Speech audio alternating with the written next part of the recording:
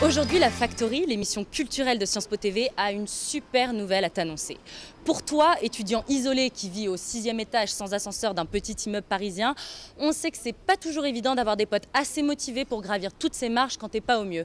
Mais ne t'en fais pas, la Factory a dégoté pour toi un endroit sûr où il y aura toujours une oreille prête et disponible pour écouter tes secrets les plus intimes.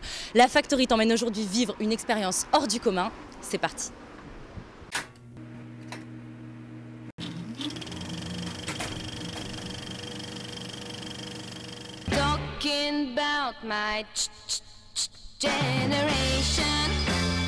Alors, comme vous l'aviez peut-être deviné, on est allé faire un tour à Bastille, du côté du Café des Chats.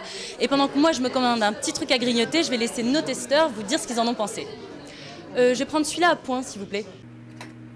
Je m'appelle Hugo, je suis en 2e année. J'aime le miel, danser et faire des blagues. Salut, moi c'est Mara, j'aime manger, l'aïkido et les chats. Si vous êtes allergique aux poils de chat, arrêtez-vous là tout de suite, ce n'est pas fait pour vous. Donc en fait les bars à chats ça vient du Japon. Les Japonais adorent les chats, ils les trouvent trop kawaii et du coup ils se sont dit que ce serait bien de faire un bar avec plein de chats partout. Si vous appréciez les petits cafés aux 13 yeux avec Marcel sur les genoux qui ronronne, c'est fait pour vous. On appelle ça de la ronronnothérapie. Ils ronronnent, ils viennent voir tout le monde, il n'y a pas de discrimination.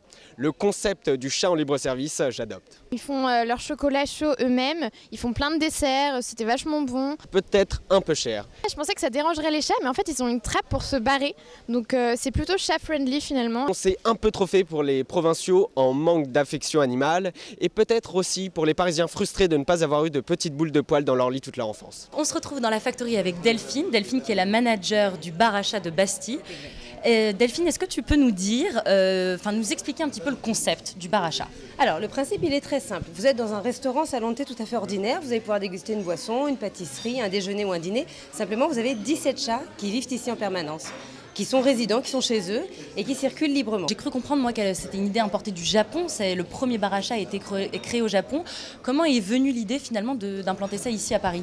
La grande différence, c'est que dans les néco-cafés, le chat est vraiment réduit à l'état d'objet, c'est-à-dire que vous pouvez réserver un chat pour une heure précise, un créneau précis, c'est vraiment un objet de divertissement. Nous, on a voulu remettre le chat au centre de l'attention, le chat ici est roi, et moi, comme je dis souvent, honnêtement, si je devais renaître chat un jour, je voudrais que ce soit au Café des Chats. Avoir une dizaine d'adultes qui prennent soin de vous en permanence toute la journée avec des assistants vétérinaires, avec des responsables des chats, des serveurs formés pour ça. Voilà, ici le chat est vraiment au top. La vie de rêve pour les chats quoi. La vie de rêve pour les chats. Ok. Et ils viennent d'où tous ces chats en fait? C'est pas les vôtres? Alors, maintenant si, ils appartiennent au café. C'est ce qu'on appelle des chats deuxième chance. C'est des chats qui pour beaucoup étaient voués à l'euthanasie ou qui étaient battus ou qui étaient abandonnés. Donc des chats qui ont une histoire difficile et à qui on offre une seconde famille, une seconde chance. D'accord. Alors moi j'ai un petit conseil à vous demander parce que j'ai un petit projet personnel, on va dire. J'aimerais beaucoup me lancer et créer une boîte à poules. C'est-à-dire une boîte de nuit où on vient pour danser avec des poules. Est-ce que vous pensez que j'ai mes chances? Alors, tout dépend quel type de poule vous allez prendre. Si vous prenez des poules élevées en plein air, ça peut le faire parce que c'est bio. Les bobos parisiens aiment bien tout ce qui est bio. Si c'est des poules d'élevage, non, enfin, on dit n'importe quoi. Non, le Café des Chats ne marche pas parce que c'est un café concept. Évidemment, c'est un café concept, ce serait mentir que de dire qu'on n'est pas un petit phénomène bobo, d'accord? Mais les gens ne viennent pas seulement par curiosité. Je dirais que c'est vraiment un quart des gens qui viennent parce que c'est un peu tendance. La plupart des gens viennent vraiment parce qu'ils aiment les chats. Des chats. Est-ce que vos chats sont capables de tout entendre? C'est-à-dire, est-ce que si par exemple j'ai commis un crime et que je ne peux l'avouer à personne, est-ce que je peux venir ici pour me confier à vos chats? Alors, est-ce qu'ils sauront tenir le secret, garder le secret? Ça dépend quel chat. Caïn et Poco parlent beaucoup. Les autres sont plus réservés. Il y en a 2-3 qui sont des balances, mais par contre, je vous rassure, ils disent que miaou. Donc, bon. Quoi que vous leur disiez... Donc voilà, on vous a fait découvrir le Café des Chats.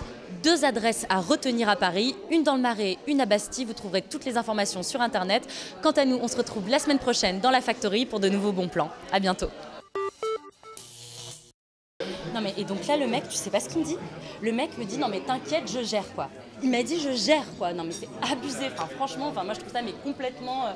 Enfin bref, tu veux du thé ou pas?